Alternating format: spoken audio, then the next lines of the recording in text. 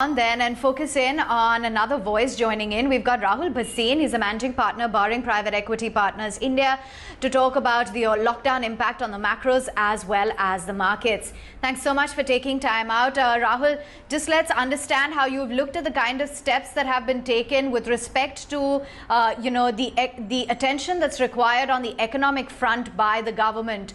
Jobs is a very crucial point, and the kind of impact that the lockdown will have on businesses as well. What do you think right now is the need of the hour, apart from prioritizing the health and humanitarian angle? Look, I think that addressing the needs of the impoverished and the ones who are the very marginal, economically marginal people in the country was the priority, and I think the government's taken a very proactive, good step as far as that is concerned. I think the country our size is never going to be easy to get that perfect, but I think that assiduous steps to keep improving that, I think, are very much called for, and I think are happening from whatever I can make out. Having said that, I think that we've got to ensure that everybody has jobs to come back to. And I think that in that context, we need definitely a whole slew of interventions. I think the crux of the issue is that fixed costs in the economy and for every business continue, whereas the contribution in several cases has gone to zero and in other cases has become minimal. Now, in a country where the average company earns a 6% profit after tax, which means roughly 8% is the profit that the company makes on sales, typically the typical average company in India.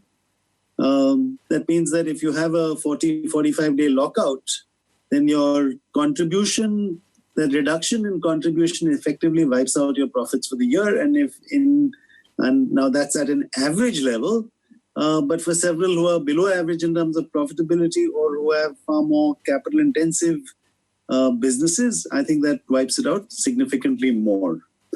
Two, with the health considerations, etc., that are there, given a kind of pandemic attack that we are dealing with, I think businesses like airlines, restaurants, hotels, movie theaters, etc., these people will see a long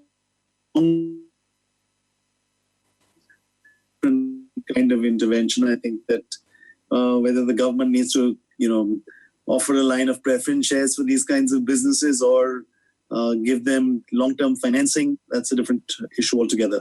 But definitely what the government needs to do, to my mind, is to I would try to be a little creative. I would first of all persuade Reserve Bank of India that under the situation where demand has fallen off a cliff, demand-side inflation is almost a zero-risk situation at the moment. So I think there's absolutely no reason why our interest rates can't be considerably lower than where they are. Even the Central Bank of Pakistan reduced their interest rates by 375 basis points. So I think that, yes, we've done a lot, but I think that we are still way off. And the reason why I think that we are still way off from what we could be doing or should be doing is that our M3 to GDP since 2013-14 has been declining, and I think in that context, to push up M1 significantly, especially when velocity of money is declining, I think is a good way to go. And therefore, right now, monetizing the fiscal is, I think, the right step for the government. They should actually get a parliamentary amendment to the fiscal responsibility bill, and they should actually monetize. I think subsidies to every employer, organized sector employer, for every employee at the rate of something like 250 rupees a day, that's 7,500 rupees a month, will help a lot of companies keep on people. And you won't have that kind of human distress. At the same time, I think, a kind of fiat whereby you have a settlement of rentals. I think a lot of businesses like movie theaters, like malls, etc., will not be able to pay their rents. I think instead of having litigation and people claiming force majeure, I think the government should come out with some formula, maybe 20 or 25% of the rent they should say is payable, and the balance is not for the period of the lockdown plus 15 days. I think some kind of formula like that is right. probably... Rahul, Sure, Rahul, if I may come in here, you have come up with, I will say, very creative ideas and suggestions for the government. But let's talk from a market standpoint. It was just a few months ago in the month of January that, we interacted with you and you said it's a market for everybody at a time like this because, the valuations were lucrative, and look how things have changed. What is it that you're advising one to do from a market standpoint at the current juncture? Everyone is looking for that bottom right now, but given the lack of clarity and the overall uncertainty, what do you reckon would be the right approach? I think diversification across asset classes, across business franchises, staying with businesses with low amount of leverage, financial leverage. I think that's the right way to go, and stick to more essentials. Now, what's inevitably going to happen over any period of time is that one has got to see whether what's built into the price and what's not. I think the real issue is that when you have this kind of demand destruction in a world which had a lot of leverage, especially in the OECD countries, the leverage is very high.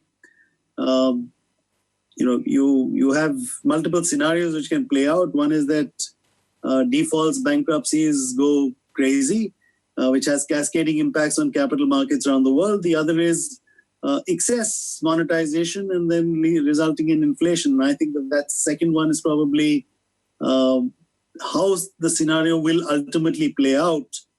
So I think one needs to be a little nimble, and I think that having real assets in the portfolio and unlevered business franchises in the portfolio is probably the right way to go.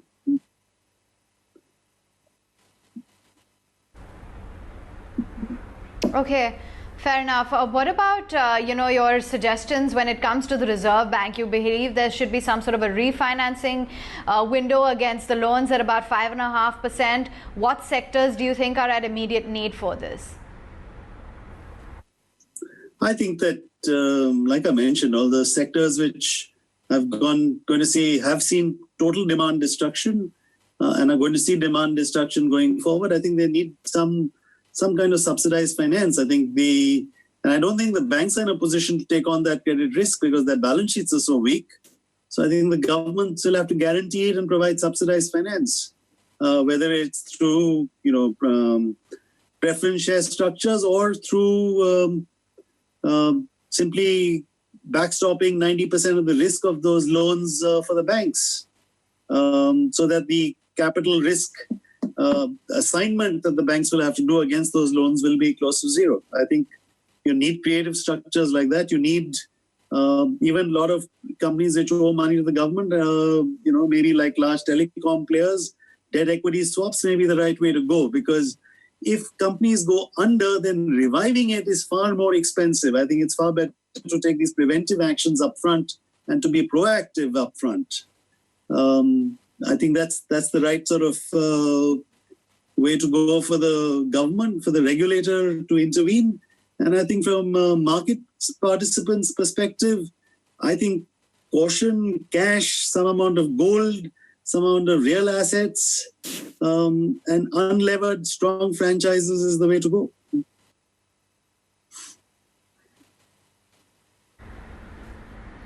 All right, Rahul, always a pleasure chatting with you. Thank you for taking the time out and joining with us with your thoughts on the macros as well as on the equity markets. We have seen, in fact, for barring India private equity, India quite a bit of alpha generation as well.